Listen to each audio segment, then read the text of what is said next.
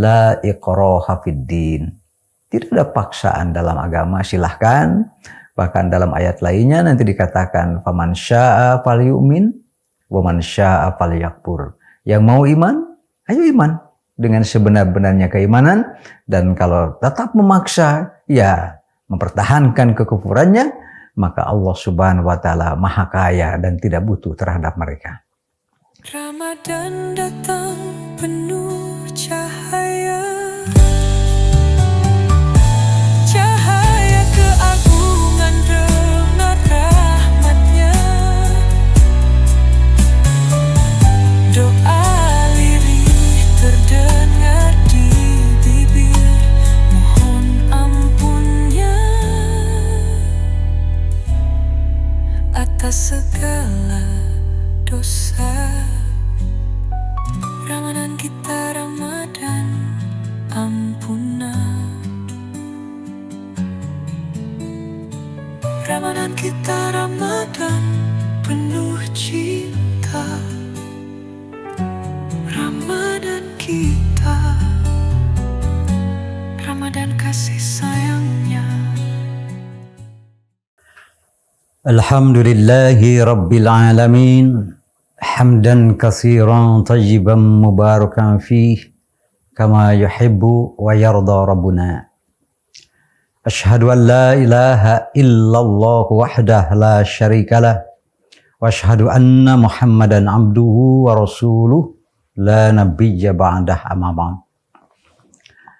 Para pemerhati dan pecinta TV Persis rahimakumullah, baik para anggota Persis maupun simpatisan, semoga semuanya senantiasa dianugerahi sehat walafiat, rezekinya dilancarkan dan terjaga kebarokahannya, terutama mudah-mudahan doa-doa kita diijabah serta amal-amal soleh kita makbulah diterima Allah Subhanahu wa taala. Pada kesempatan ini kami akan membawakan tema di sekitar mu'allaf. Mengapa di dalam Islam itu ada istilah mu'allaf, pengertiannya dan juga kaitannya dengan mustahik zakat. Sebagaimana kita maklumi bahwa dalam surah At-Taubah ayat ke-60, Allah Subhanahu wa taala menetapkan ada 8 asnaf yang menjadi mustahik zakat. Maka diantaranya adalah yang disebut pada bagian keempat adalah wal mu'allafati qulubuhum. Setelah a'udzubillahi minasyaitonir rajim, innamas shadaqat lil fuqara'i wal masakin wal 'amilina 'alaiha dan wal mu'allafati qulubuhum, dan seterusnya dan seterusnya. Kata-kata mu'allaf berasal dari kata alifa, artinya jinak, lunak, mudah diatur, tunduk, patuh.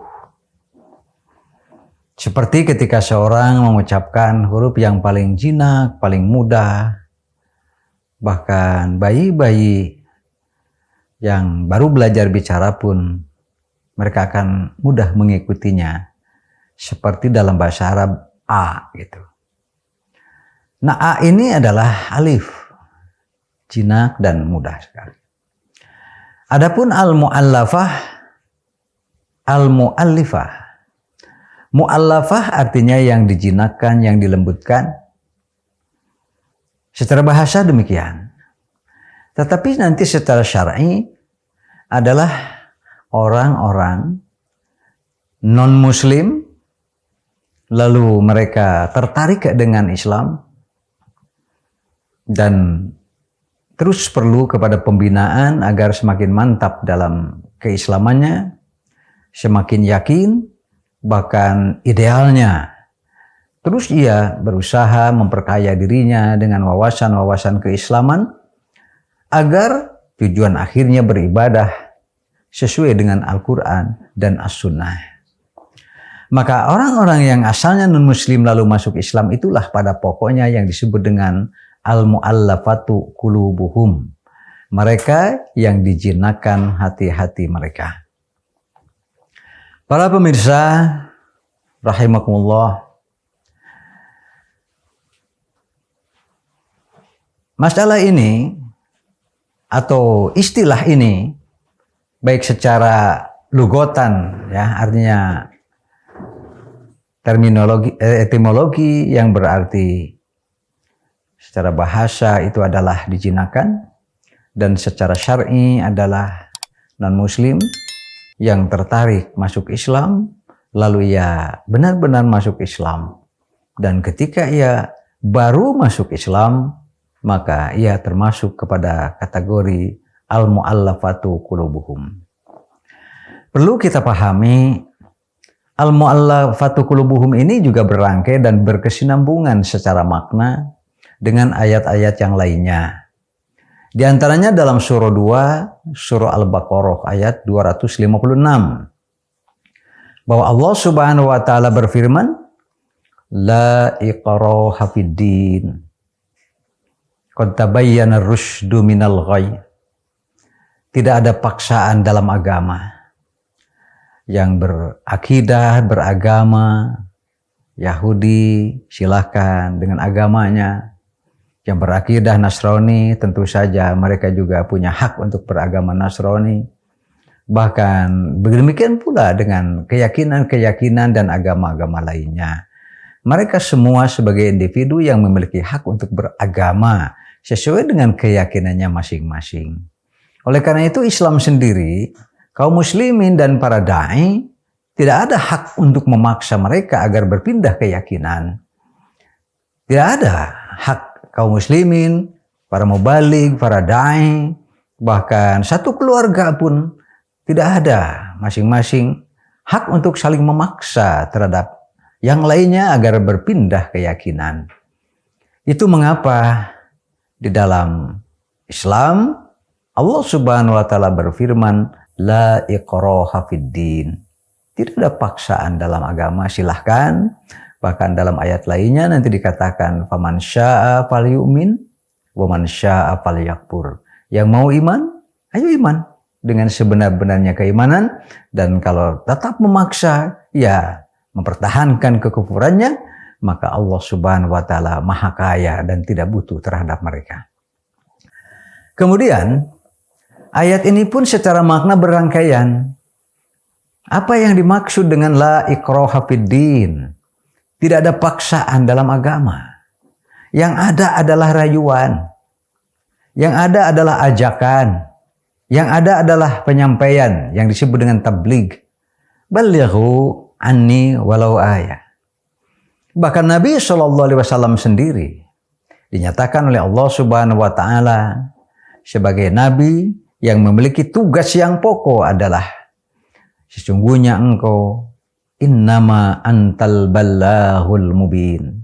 Hai Muhammad, sesungguhnya engkau adalah penyampai yang nyata. Bagaimana sikap mereka ketika setelah disampaikan ayat-ayat Allah, setelah disampaikan kekuasaan dan ketiadaan Tuhan selain dari Allah Subhanahu wa taala? Seperti apa sikap mereka?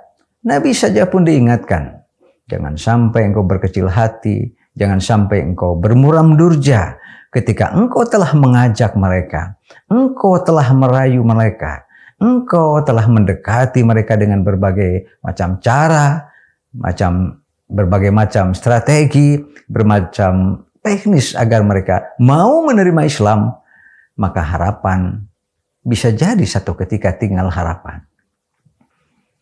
Contoh sederhananya, ketika sang uwa Nabi sendiri yang sangat mencintai Nabi Muhammad, yang sangat menyayangi, yang sangat membela, yang sangat melindungi, sehingga kebaikannya secara duniawiyah dia sangat luar biasa, yaitu ammuhu Abu Thalib, uwa Nabi sendiri Abu Thalib.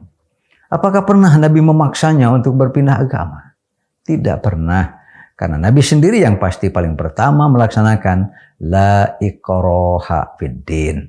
Tidak ada paksaan dalam agama untuk memindahkan keyakinan seseorang dari satu keyakinan kepada keyakinan yang lainnya, termasuk mengajak yang non-muslim dipaksa agar pindah keyakinannya kepada keyakinan Islam. Cara maksa begini adalah cara-cara jahiliyah. Mereka memaksa, mereka menyakiti, mereka menyiksa agar yang telah masuk Islam kembali kepada agama nenek moyang mereka. Itu yang pertama, mengapa kita akan lebih mudah mengerti mengapa ada istilah al-mu'allafatu qulubuhum, yang dijinakkan hati mereka. Artinya itu adalah semacam rayuan, ajakan. Selanjutnya dalam surah An-Nahl, di antaranya Allah Subhanahu wa taala berfirman menegaskan bahwa untuk bisa memindahkan keyakinan seseorang dari keyakinan non-Islam kepada keyakinan Islam, kepada yang kita katakan sebagai al-aqidah as-salimah, akidah yang selamat, al-aqidah at-tahirah, sebagai akidah yang suci, maka Allah Subhanahu wa taala dalam surah An-Nahl itu memerintahkan kita agar bersikap yang disebut dengan sikap dakwah. Bisa dilihat dalam surah An-Nahl 125. Allah Subhanahu wa taala berfirman, "Ud'u." Setelah sebelumnya bahwa tugas Nabi Muhammad adalah tabligh, sampaikan. Bagaimana cara menyampaikannya? Bagaimana supaya mereka terbuka hati dan pikirannya? Bagaimana supaya nuraninya tidak lagi menolak terhadap tabligh, apa-apa yang disampaikan dari materi-materi Islami? Maka di antara teknisnya yang diperintahkan oleh Allah Subhanahu wa taala adalah ud'u ila sabili rabbik. Ajaklah olehmu Muhammad ila sabili rabbik, kepada jalan Tuhanmu Allah Subhanahu wa taala, bil hikmah. Hikmah adalah gabungan daripada ilmu dan iman. Ketika ilmunya baik, ketika imannya baik, maka siapapun yang memiliki hal demikian, maka ia akan memiliki hikmah. Karena hikmah adalah perasan terbaik dari yang namanya perpaduan antara ilmu dan iman. Maka pakailah itu menjadi salah satu taktik dan strategi untuk berdakwah. Ud'u ila sabili rabbik bil hikmah. Yang kedua adalah wal mau'idhah al hasanah. Cari cara, usahakan dengan gestur, dengan mimik muka. Cari taktik yang sifatnya adalah mau'idhah hasanah, berupa nasihat-nasihat yang baik. Dan ketika ada pembantahan, bahkan lahir kehasudan dan kebencian, maka wajadilhum billati hiya ahsan, bermujadalah dengan mereka. Tunjukkan bahwa sosok-sosok muslim, para mubaligh dan para da'i kepada jalan Allah Subhanahu wa taala ini adalah sosok-sosok yang memiliki al-akhlaqul karimah. Memiliki akhlak-akhlak yang agung, memiliki budi pekerti, memiliki hati yang empati dengan sangat baik. Mengajak kepada Islam itu tidak ada lain adalah mengajak kepada keselamatan, mengajak kepada kebahagiaan dunia dan akhirat. Nah, pola-pola Islam inilah yang ditekankan kepada Nabi Muhammad SAW. Yang pertama adalah tabligh, sampaikan. Yang kedua, pakailah taktik, strategi, ud'u ila sabili rabbika bil hikmah wal mau'izatil hasanah. Bukan dengan ikrah, bukan dengan cara dipaksa, apalagi diancam yang sifatnya duniawiyah, tetapi ajaklah mereka dengan cara dakwah. Ud'u ila sabili rabbik, ajaklah kepada jalan Tuhanmu bil hikmah wal mau'izatil hasanah wajadilhum billati hiya ahsan. Ajak dengan cara yang hikmah, bermaterikan hikmah, kemudian juga ada nasihat-nasihat yang baik, dan juga tampil sebagai sosok yang memang memiliki hati empati yang tinggi dan tidak menonjolkan keegoan. Maka itulah di antara jurus-jurus dan taktik-taktik. Dari situlah, rangkaian-rangkaian itulah, sehingga amat sangat wajar nanti ada kelompok-kelompok tertentu yang muslim, hasil dakwah kita, hasil ajakan kita, hasil tabligh kita. Lalu jadilah ia sosok yang tertarik terhadap keislaman, bahkan masuk Islam. Tentu hasil usaha yang bisa jadi panjang dan lama, bisa jadi dengan susah dan payah, menghasilkan orang-orang yang masuk Islam. Nah, ini yang perlu dipelihara, dan Al-Quran menyebutnya al-mu'allafatu qulubuhum. Jadi hari ini ada seseorang yang menyatakan masuk Islam. 1 orang, 2 orang, 3 orang. Jangan dikira bahwa itu adalah hasil kerja kita. Kerja para ustadz, kerja para mubaligh, kerja para da'i. Hanya untuk hari ini, hasil hari ini. Tetapi bisa jadi yang sekarang, kemarin, bahkan besok lusa, terus berdatangan orang-orang yang menyatakan tertarik dan masuk Islam. Itu adalah kinerja yang amat sangat panjang mata rantainya. Dari ulama-ulama, kiai-kiai, mu'alim ajengan, guru-guru kita yang terdahulu, dan disambung sekarang kita yang bertanggung jawab untuk melanjutkan kinerja dan usaha mereka untuk sebanyak-banyaknya orang-orang menjadi tertarik akan Islam. Para pemerhati channel TV Persis yang dimuliakan Allah Subhanahu wa Ta'ala, secara selintas demikian, sehingga yang pertama mu'allaf berasal dari kata alif yang artinya jinak, mudah, tunduk, patuh gitu ya. Kemudian al-mu'allafatu qulubuhum, pada pokoknya adalah orang-orang yang non-muslim lalu tertarik dengan Islam dan mereka menyatakan masuk Islam. Maka disitulah mereka menjadi al-mu'allafatu qulubuhum. Produk ini adalah produk dari tabligh dan dakwah yang panjang masanya, yang dahulu sudah terus dikerjakan oleh pendahulu kita dan sekarang kita. Maka tentu akan sangat disayangkan apabila ada orang yang baru masuk Islam lalu terlalu mudah keluar lagi. Nah, inilah jinakkan hati mereka, lembutkan hati mereka agar mereka istiqomah. Itu ya antaranya yang ingin saya sampaikan, bahwa al-mu'allafatu qulubuhum ini ada kaitannya. Tidak boleh memaksa memindahkan keyakinan orang kepada keyakinan Islam. Ajak mereka, sampaikan tentang Islam, ajak mereka dengan hikmah, nasihat yang baik, dan juga mujadalah yang baik dengan mereka. Demikian secara ringkas ingin saya sampaikan pengertian mu'allaf dan mengapa mereka menjadi berhak terhadap salah satu asnaf zakat, dikarenakan memang Islam ingin mempertahankan keislaman mereka dan jangan sampai terlalu mudah untuk setelah masuk Islam lalu mereka keluar lagi. Baik Ustadz, ada beberapa pertanyaan yang masuk kepada redaksi. Yang pertama, bagaimana dengan banyaknya ajakan untuk mu'alaf, tetapi setelah masuknya Islam tidak ada pembinaan? Oh ya. Lalu siapa yang bertanggung jawab akan hal itu? Oh ya. Ya, ini pertanyaan ada yang masuk ya ke redaksi. Barusan diajukan bahwa fenomena sekarang memang bukan cuma di Indonesia ya, tetapi juga banyak di negara-negara lain. Saya tahu seperti di Singapura, di Malaysia, banyak dari agama lain masuk Islam.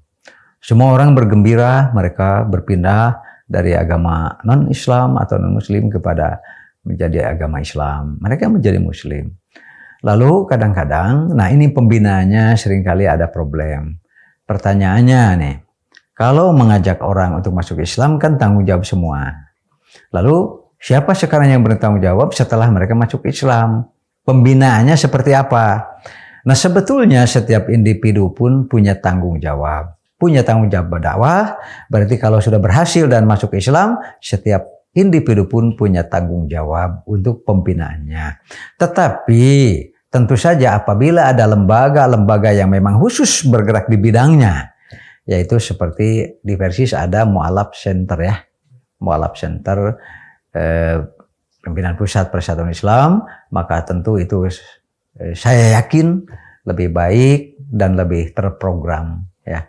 Jadi individu semua ya, dai, mubalik dan lain-lain itu punya tanggung jawab dakwah, punya tanggung jawab menjaga ketika sudah mualaf. Tapi lembaga-lembaga yang mendirikan khusus, maka tentu mereka akan lebih bertanggung jawab lagi. Gitu ya. Jadi lembaga lebih bertanggung jawab daripada individu. Ya. Pertanyaan kedua, Ustaz. Ya. Setelah Ustaz tadi membahas tentang kaitan mu'alaf mendapatkan zakat, lalu sampai kapan mu'alaf tersebut dikenai zakat? Mendapat zakat. Mendapat hak zakat. Mendapat hak zakat. Ya, kalau apa sebab mu'alaf dapat zakat? Tadi sudah saya paparkan bahwa sayang kalau yang dengan susah payah diperjuangkan agar masuk Islam, gitu kan? Lalu dengan mudahnya keluar lagi, pasti disayangkan. Makanya Allah Subhanahu wa taala memberikan jalan. Oleh karena itu, mu'alaf ini bersinggungan dengan yang namanya fi sabilillah. Ya, fi sabilillah lebih luas. Dan di dalam fi sabilillah maka ada satu pergerakan yang namanya dakwah. Dakwah itu diantaranya ada hasilnya, yaitu non-Islam, non-Muslim menjadi Islam dan menjadi Muslim. Nah setelah masuk, nah itu dipertahankan. Di antaranya Allah Subhanahu Wa Taala mengizinkan untuk mempergunakan dana-dana zakat untuk melembutkan hati mereka agar bertahan dalam keislamannya. Itu, ya. Sampai kapan mereka masih tetap menjadi mu'alaf? Ya tentu saja tergantung kepada intensitas pembinaan tadi. Mudah-mudahan semakin kuat imannya. Kalau sudah kuat imannya ya jangan jadi mu'alaf terus. Gitu ya. Itu kalau yang poin yang jelas adalah ya mudah-mudahan mu'alafnya tidak lama-lama banget gitu ya.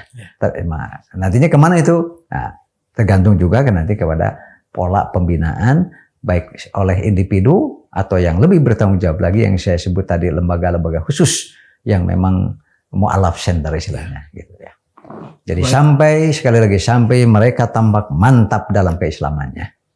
Baik Ustadz, terakhir pesan Ustadz untuk para mu'alaf khususnya dan lembaga-lembaga mu'alaf pada umumnya. Oh ya, jamaah para pemerhati channel TV Persis yang dimuliakan Allah Subhanahu Wa Taala, dimanapun Anda berada, kepada para dai tentu yang pertama jangan pernah surut untuk terus berusaha menambah jumlah ya orang-orang yang tadinya non-muslim lalu menjadi muslim. Kenapa? Karena dalam keyakinan kita menambah seseorang dari non-muslim menjadi muslim itu adalah sama dengan menambah jumlah ahli surga yang nanti menjadi saudara-saudara kita di surga dan juga menjadi saudara-saudara kita di dunia ini. Oleh karena itu yang pertama kepada para pegiat gitu ya, dakwah yang mengajak kepada jalan Allah Subhanahu Wa Taala, terutama kepada yang asalnya muslim, maka terus insya Allah Allah akan selalu menolong kita. Yang kedua kepada wabil khusus ya kepada lembaga-lembaga yang sifatnya mengurusi masalah mu'alaf gitu ya. Ya tentu mudah-mudahan Allah Subhanahu Wa Taala sekali lagi Allah tidak akan membiarkan satu apapun program yang baik dan Allah ridho kecuali pasti Allah akan mendanainya dari berbagai aspeknya. Jadi optimis bahwa pasti ini akan dalam keadaan ridho dan akan ada dana-dana dari Allah Subhanahu Wa Taala dalam berbagai aspeknya ya. Kemudian yang ketiga kepada ikhwan-ikhwan yang sekarang kita bersaudara dan diikat dengan innamal mu'minuna ikhwah, yang asalnya non-muslim sekarang sudah menjadi muslim, maka itu adalah saudara yang diikat dengan innamal mu'minuna ikhwah. Sesungguhnya sesama mukmin itu sudah bersaudara, baik yang masih mu'alaf ataupun yang sudah tidak mu'alaf, bahkan ikut menjadi pegiat dakwah. Mudah-mudahan saya doakan istiqomah. Itu yang pertama. Yang kedua, kuatkan terus keimanan, perbanyak amal soleh, dan diantaranya jangan lupa terus tambah wawasan, tambah pengetahuan tentang Islam, karena ilmu adalah merupakan cahaya bagi kelanjutan benar dan tidaknya, lurus dan tidaknya agama kita. Demikian barangkali yang ingin saya sampaikan kepada para da'i yang bergerak khusus di bidang Mu'alaf Center. Terus bergerak, terus perbaiki programnya, terus perbanyak kegiatannya. Insya Allah, Allah akan jamin dana dari berbagai aspeknya. Kepada individu yang memiliki semangat, terus juga berdakwah. Kepada ikhwan-ikhwan yang sekarang sudah menjadi mu'alaf, mudah-mudahan istiqomah, terus tambah ilmu, tambah iman, dan tambahkan amal-amal solehnya. Semoga kita tetap bersama, bersatu dalam satu ikatan, innamal mu'minuna ikhwah. Demikian para pemerhati, baik anggota Persis maupun para simpatisan, termasuk ada ikhwan-ikhwan kita para mu'alaf. Semoga semuanya senantiasa dianugerahi sehat walafiat, rezekinya Allah lancarkan dan Allah jaga keberkahannya, dan semoga kita tetap bersaudara dunia dan akhirat. Demikian saya tutup. Aqulu qouli hadza wa astaghfirullah li wa lakum wal afu minkum. Wassalamualaikum warahmatullahi wabarakatuh. Saatnya kita buktikan atas kejujuran dalam perintahnya. Saatnya waktu terbaik untuk mendekatkan diri